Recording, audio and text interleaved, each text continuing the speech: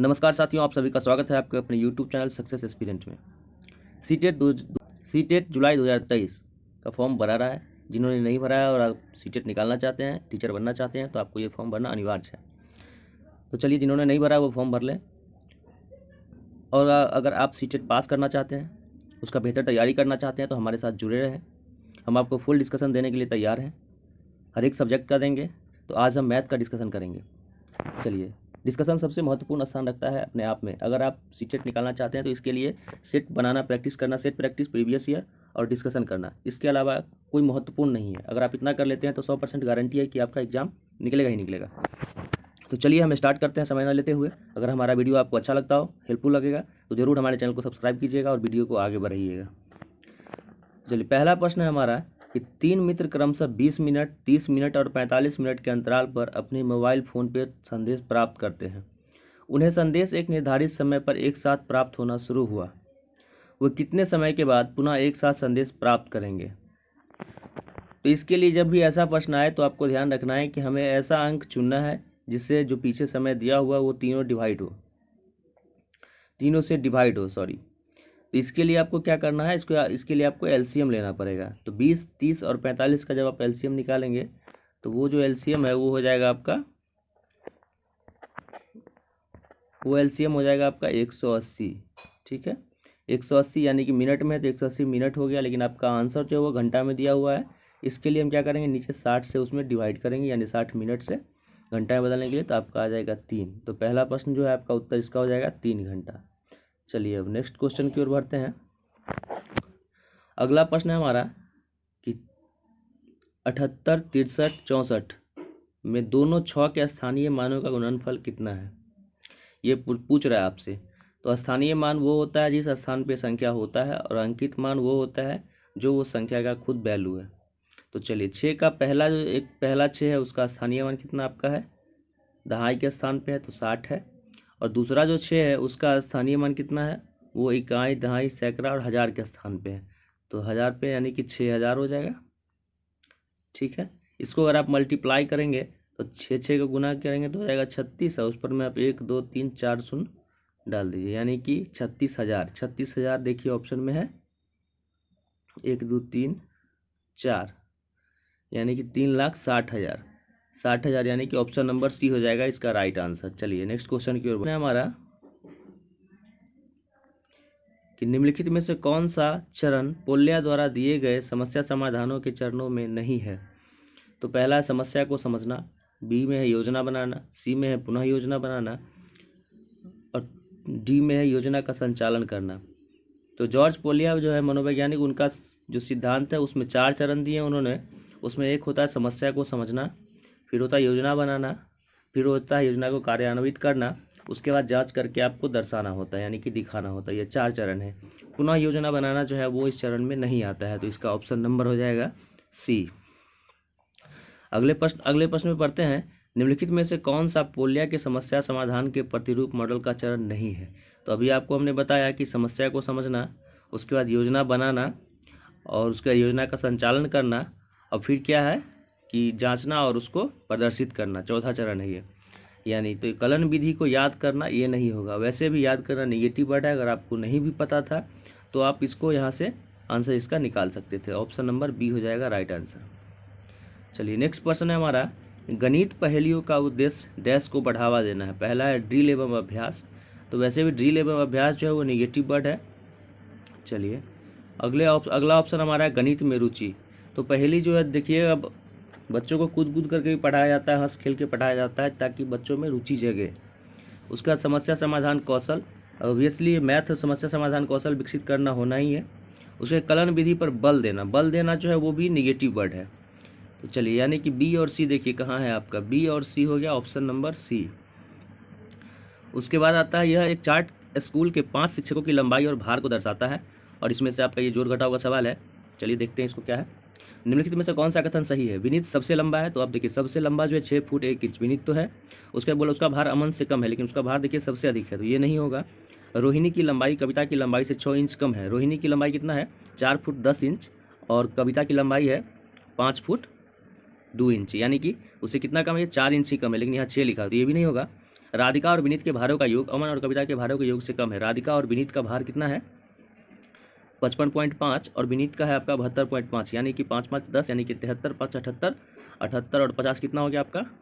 उसको जोड़ेंगे आप 72.5 को, और कितना है 55.5, ये आ जाएगा आपका 0, 5 2 7 1 8, इधर आ गया 7 5 12 1 13, 138। ठीक है, 138 आ गया इसका। और अगला जो है आपका किसका बोल रहा है कि अमन और कविता के भारों का योग से कम है। तो अमन और कविता का भार कितना है? 67.67 kg, और कविता का है 60 kg, यानी कि 60 60 127। तो उसका अधिक है, ये भी नहीं होगा। तो आपका एक ही ऑप्शन बचता है, ऑप्शन नंबर डी। इसको आप चेक कर लेंगे, चेक करना चाहेंगे तो ऑप्शन नंबर डी इसका राइट आंसर हो जाएगा। चलिए हम नेक्स्ट क्वेश्चन की ओर बढ़ते हैं। नेक्स्ट क्वेश्चन बोल रहा है कि निम्न में से कौन सा एक पूर्ण घन है? पूर्ण घन वो संख्या होता है जिसका क्यूब आप निकाल सकते हैं। तो क्यूब रूट निकालेंगे, क्यूब रूट निकालने वाला एक ही संख्या आपका दिख रहा है 64 है, तो ये 4 का क्यूब है, ये एक पूर्ण घन है। चलिए इनमें से कौन सा अभ्यास सबसे उपयुक्त रूप से यह दर्शाएगा कि आपके छात्र ने अज्ञात राशियों का अनुमान लगाने का कौशल अर्जित कर लिया है? तो पहला है पैमाने का उपयोग करके रस्सी की लंबाई नापना। तो ये अनुमान लगाने की बात नहीं है। अगर पैमाना आपको दे दिया जाए 5 फीट 6 फीट, या फिर मान लीजिए 10 इंच का दे देते हैं, उससे कहा जाए कि 50 इंच या 1 फीट 2 फीट 3 फीट का रस्सी आप निकालिए, तो अनुमान नहीं लगाएंगे, बल्कि आप पूर्ण लंबाई नाप करके निकालेंगे। दूसरा है दशमलव संख्या का निकट करना है। दशमलव संख्या अगर आप कर ही लेते हैं तो अनुमान लगाने का जरूरत नहीं है। उसके बाद चौथा ऑप्शन है एक वर्ष में रविवारों की संख्या का अनुमान लगाना। तो एक वर्ष में रविवार की संख्या कितनी है, ये आसानी से निकाला जा सकता है। अब जैसे नंबर 3 है कि पार्टी आयोजित करने की संभावित कीमत लगाना। तो आप समझ रहे हैं कि पार्टी आयोजित करने का मतलब कि घर में अगर शादी विवाह भी होता है तो पहले लोग अनुमान लगाता है खर्चा जो है 10 लाख होगा, और शादी होने का पता चलता है खर्चा हो गया 14 लाख। यानी कि वहीं पे अनुमान लगा पाता है आदमी, जो कि एग्जैक्ट रूप से सही होता तो है नहीं, पर अनुमान लगा लिया जाता है। जैसे बच्चे भी अगर उनका बर्थडे हो या फिर कोई पार्टी करना हो बच्चे के स्कूल में, तो अपने अनुमान से जोड़ लेते हैं कि हमारा इतना रुपया खर्चा होगा, और घर में जाके गार्जियन से मांगते हैं कि हमको इतना रुपया चाहिए, क्यों भाई, तो हमको पार्टी करनी है। तो वो अपना एक अनुमान लगा लेते हैं। तो ये सबसे सटीक आंसर है अनुमान लगाने का, कि अगर इससे पता चल सकता है कि आपके बच्चे अनुमान लगाना सीख लिया है। नेक्स्ट प्रश्न पे बचते हैं। अगला प्रश्न है हमारा कि एक वर्ग की भुजा को आधा कर दिया जाए तो इस प्रकार प्राप्त वर्ग का परिमाप और क्षेत्रफल क्या हो जाएगा? तो मान लीजिए अब वर्ग का भुजा 4 है, और मान लीजिए वर्ग का भुजा है जो है वो 4 है, तो इसका क्षेत्रफल कितना हो जाएगा? 16, और परिमाप कितना हो जाएगा? वो भी हो जाएगा 16।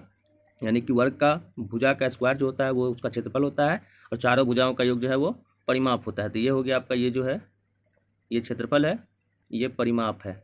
अब आपको क्या करना है, अब पूछ रहा है कि इस प्रकार प्राप्त वर्ग, यानी कि अगर भुजा को आधा कर दे, यानी कि 4 जो है उसको अगर 2 कर देंगे तो क्षेत्रफल हमारा क्या हो जाएगा? भुजा स्क्वायर, यानी कि 4 हो जाएगा, और परिमाप क्या हो जाएगा? चारों भुजाओं का योग, यानी कि 8 हो जाएगा। तो हमारा देखिए अब तुलना किए दोनों में, तो क्या हो रहा है? क्षेत्रफल जो है 16 है, इसमें आने के बाद 4 हो जा रहा है, यानी कि 1/4 हो जा रहा है, और परिमाप आधा हो जा रहा है। तो देखिए कौन सा ऑप्शन है जिससे परिमाप 1/4 और क्षेत्रफल आधा हो जाएगा? तो ऑप्शन नंबर सी है इसका राइट आंसर। चलिए अगले प्रश्न की ओर बढ़ते हैं। अगला प्रश्न है कि गणित में निम्नलिखित में से कौन सा गणितीय निर्देशन यानी कि मॉडलिंग का अति उपयुक्त उदाहरण है? इसमें कंफ्यूज नहीं होना है, हमेशा ध्यान रखना है। कई बार आपको ऐसे प्रश्न आएंगे जिसमें आपको क्या है कि लगेगा कि ये भी सही है, ये भी सही है, हमको उनमें से बेहतर ढूंढना है जो सबसे ज़्यादा बेहतर हो। और उसमें अक्सर होता क्या है ना कि जो और अन्य ऑप्शन है वो कहीं ना कहीं किसी न किसी रूप से एक दूसरे ऑप्शन में इंक्लूड रहता है। चलिए ऑप्शन देखते हैं, सबसे उपयुक्त हमको ढूंढना है। तो चलिए, गणित कक्षा में कार्टून वाली कहानी का उपयोग करना। तो गणित वाली कक्षा में आप कार्टून की कहानी का उपयोग करके कोई फ़ायदा नहीं है, उसके लिए आपको साहित्य या हिंदी की कक्षा में करना चाहिए। उसके बाद आता है आपको लंबाई गुना चौड़ाई सूत्र के उपयोग द्वारा आयत के क्षेत्रफल का परिकलन करना, ठीक है। उसके बाद एक घने वन में वृक्षों की संख्या का अनुमान लगाने के लिए गणितीय निदर्शन मॉडल का निर्माण करना, ये भी ठीक है। एक गणितीय अवधारणा को समझने के लिए मूर्त मॉडल का उपयोग करना, ये भी सही है। लेकिन आप इसमें सबसे उपयुक्त चुनना है। तो आप देखिए, जब आप एक घने वन में वृक्षों की संख्या का अनुमान लगाने के लिए गणितीय निदर्शन का निर्माण करेंगे, इसमें आप क्या करेंगे, आपको जो घना वन वृक्ष है वो भी तो आपको मूर्त चीज़ मिला, जो मूर्त मतलब जो आपके सामने है, जो ठोस है, जो मौजूद है, वो मिला। और उसका अनुमान लगाने के लिए अगर आप वहाँ पे चाहें तो लंबाई और चौड़ाई सूत्र का उपयोग भी कर सकते हैं, इससे आपका अनुमान क्षेत्रफल का निकल जाएगा। यानी कि ये और दोनों ऑप्शन जो है बी और डी, ये दोनों सी में लगभग इंक्लूड है, इसलिए सबसे बेहतर ऑप्शन जो हुआ आपका वो सी हुआ। चलिए अगला प्रश्न हमारा कि निम्न में से कौन सा शुद्ध सही यानी कि मिलान सेट को प्रदर्शित करता है? जैसे मिसकंसेप्शन पहला है, दूसरा है रिप्रेजेंटेशन, तीसरा है अनुमान, और चौथा है कंपैरिजन।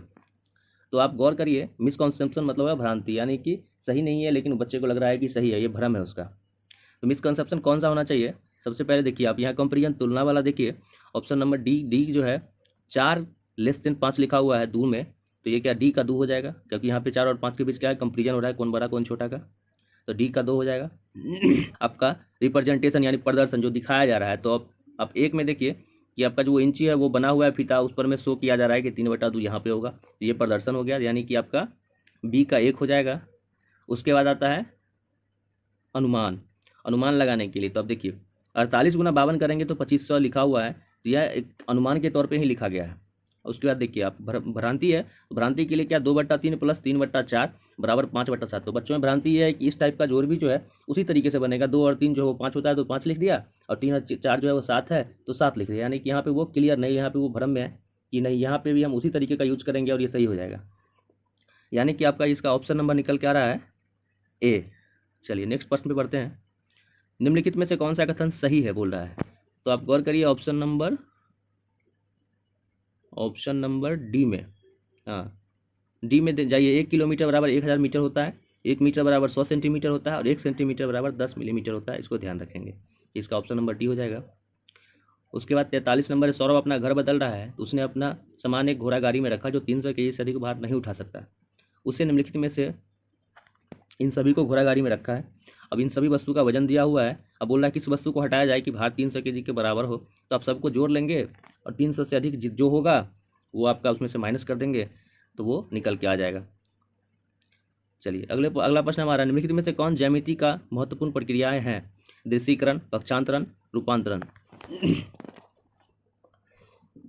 तो ये आपका होना चाहिए यहाँ पर में ज्यामिति का जो है वैन हिले का 5 लेवल है, जो 0 से लेकर के 4 तक चलता है, जिसमें एक आता है पहला दृश्यीकरण या चाक्षुषीकरण, दूसरा आता है विश्लेषण, और तीसरा आता है आपका अनधिकृत, और उसके बाद आता है चौथा अधिकृत, और पांचवा आता है दृढ़। तो आपका इसमें जो इसका आंसर होना चाहिए मेरे ख्याल से केवल ए होना चाहिए, दृश्यीकरण। चलिए अगला प्रश्न पे आते हैं। निम्नलिखित में से कौन सी अवधारणा डेंस ब्लॉक का उपयोग करते हुए नहीं पढ़ाई जा सकती है? डेंस ब्लॉक होता है वो कार्टून की तरह, यानी कि चौकोर होता है या फिर गोल भी हो सकता है, चौकोर होता है, गोल होता है, जिसमें आपको वो ब्लॉक छोटा छोटा ब्लॉक बना हुआ तो होता है, उसमें आप जो है स्थानीय मान का अवधारणा, संख्या के अंकों का योग करना, एक अंक वाली संख्या गुणन भी उसमें सीख सकते हैं, पर प्रायिकता उसमें संभावित नहीं है, प्रायिकता नहीं सीख सकते हैं। वैसे भी आप गौर करिए तो प्रायिकता जो है लगभग 9th में आने के बाद ही हम लोग पढ़ते हैं, तो बच्चों के लिए वैसे भी प्रायिकता प्रोबेबिलिटी जो है वो नहीं है, तो ऑप्शन नंबर ए हो जाएगा इसका राइट आंसर। उसके बाद अगला प्रश्न है कि 1001 यानी 10,001 और 20,022 और 30,333 के योग में से क्या घटाया जाए जिससे 17,069 प्राप्त हो? तो क्या करना, इसके लिए कुछ नहीं करना, हमको तीनों जो ऊपर दिया हुआ है उसका योग करेंगे और उसमें से 17,069 को हम घटा लेंगे, तो हमको वो संख्या निकल जाएगा जिसको घटाने से हमको 17,069 प्राप्त होगा। ठीक है, तो अब तीनों को योग करके और 17,069 को उसमें से घटा लें तो आपका आंसर आ जाएगा।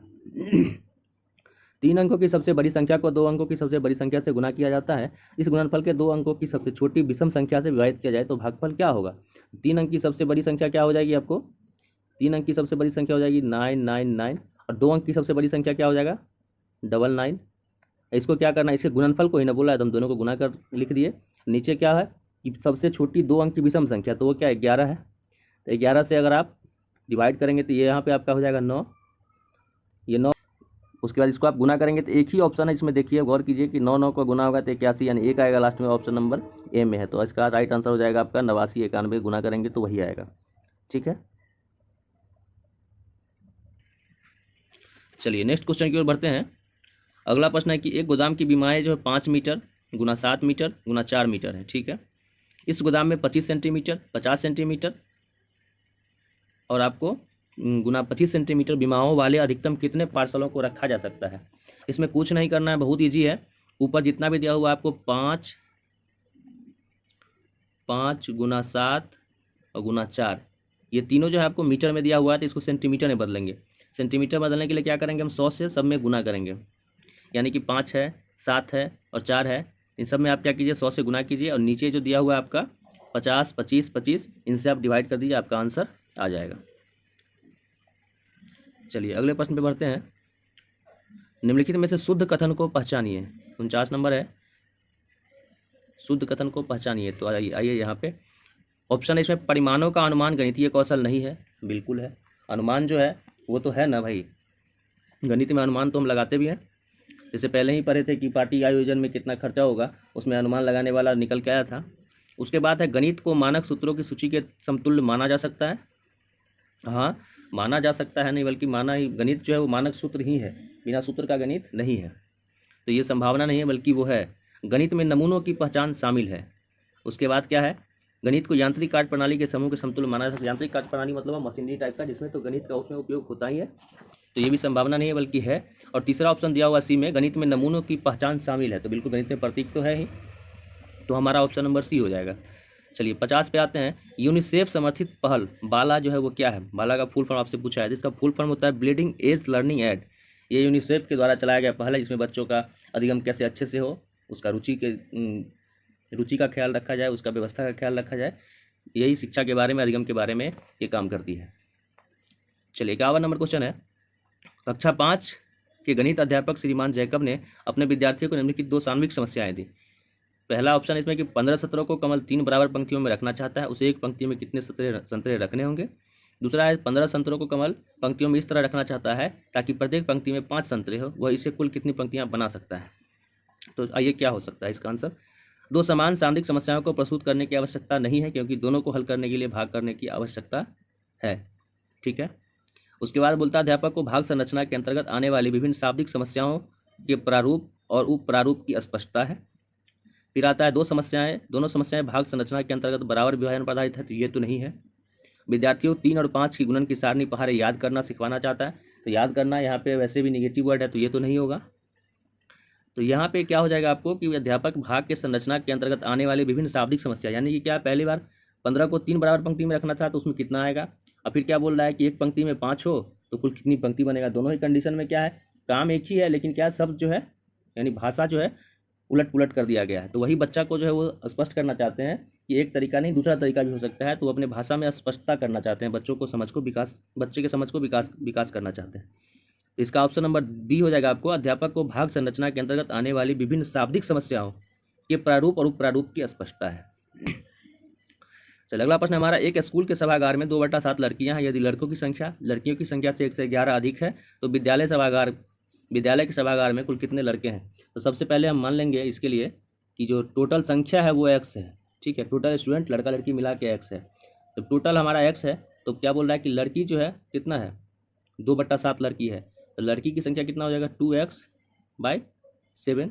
तब लड़की इतना है, टोटल हमारा x है, तो लड़का कितना हो जाएगा, लड़का हो जाएगा आपका x - 2x/7। ये आप निकालेंगे कितना हो जाएगा 7x - 2x यानी कि 5x। 5x/7 निकल के आ गया हमारा क्या, 5x/7 आपका लड़का हो गया, 2x/7 लड़की हो गई। अब बोल रहा है दोनों का अंतर जो है वो 1 से 11 है, यानी कि लड़का जो है लड़की से 1 से 11 अधिक है, तो लड़का में से हम लड़की को घटाएंगे, तो आप क्या करेंगे 5x/7 - 2x/7 = 111 ये लिखेंगे और इसको हल करेंगे। यहाँ से आपका x का वैल्यू यानी टोटल वैल्यू निकल के आएगा। फिर आपको लड़का का पूछ रहा है, लड़की का पूछ रहा है, जिसका भी पूछ रहा है उसका मान, लड़की का पूछे तो x का जो वैल्यू आ जाएगा उसमें 2/7 कर देंगे, लड़का का पूछे तो उसका 5/7 कर देंगे, आपका आंसर निकल के आ जाएगा। मेरे ख्याल से इसका आंसर 185 आएगा जब आप इसको हल करेंगे तो। चलिए नेक्स्ट क्वेश्चन की ओर बढ़ते हैं। अगला प्रश्न है, एक शिक्षक ने अपने बच्चों को निम्न अभिन्यास कर दिया, यानी ये सवाल दिया, तुम्हारा मित्र कक्षा में अनुपस्थित था और उसका क्षेत्रों और परिमापों का पाठ छूट गया है। ये शिक्षक कह रहे हैं एक बच्चे से, उसे एक पत्र यह व्याख्या करते हुए लिखो कि दोनों में क्या अंतर है। आप चित्रों का भी उपयोग कर सकते हैं। गणित में इस प्रकार के कार्य देने का प्रयोजन क्या है।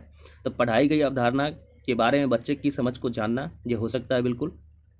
उसके बाद अनुपस्थित विद्यार्थी को उसके छूटे हुए कार्य के लिए सहायता देना, ये भी हो सकता है, संभावना है। छात्र को यह सिखाना कि पत्र कैसे लिखा जाता है। छात्र के गणितीय संचालन में वृद्धि करना। देखिए तो यहाँ पे ये भी हो सकता था, ये भी, लेकिन आपको दो ही ऑप्शन चुनना है। तो सबसे बेहतर ऑप्शन सबसे पहला क्या है कि ये करके टीचर क्या, क्योंकि छूट गया तो टीचर भी उसको बता सकते हैं, लेकिन यहाँ पे वो बच्चे से करवा रहे हैं, इसका मतलब है कि वे उनके बच्चे का जो समझ है अवधारणा उसको जानना चाह रहे हैं। उसके बाद बच्चा अगर उसको करता है तो उससे क्या होगा, गणितीय संचालन में उसका वृद्धि भी होगा, यानी कि 1 और 4 इसका आंसर होना चाहिए ऑप्शन नंबर सी।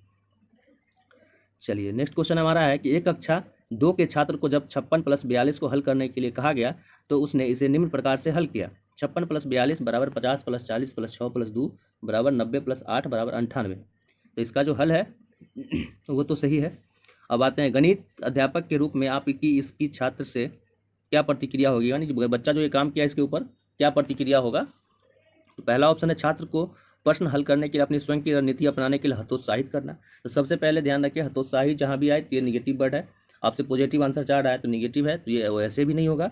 और बच्चे की क्रिएटिविटी को हम कभी भी कम नहीं करते हैं, बच्चा गलती करे सही करे जो भी करे उसको बढ़ावा देना हमारा काम है। अगर गलती करता है तो उसको समझाएंगे बताएंगे, ना कि उसको हम डांट देंगे, ताकि बच्चा आगे से अपना जो उसका जो मनोभाव है, जो मनोदृष्टि है, जो अपना दृष्टिकोण है वो दिखा ही ना पाए, कुछ नया कर ही ना पाए।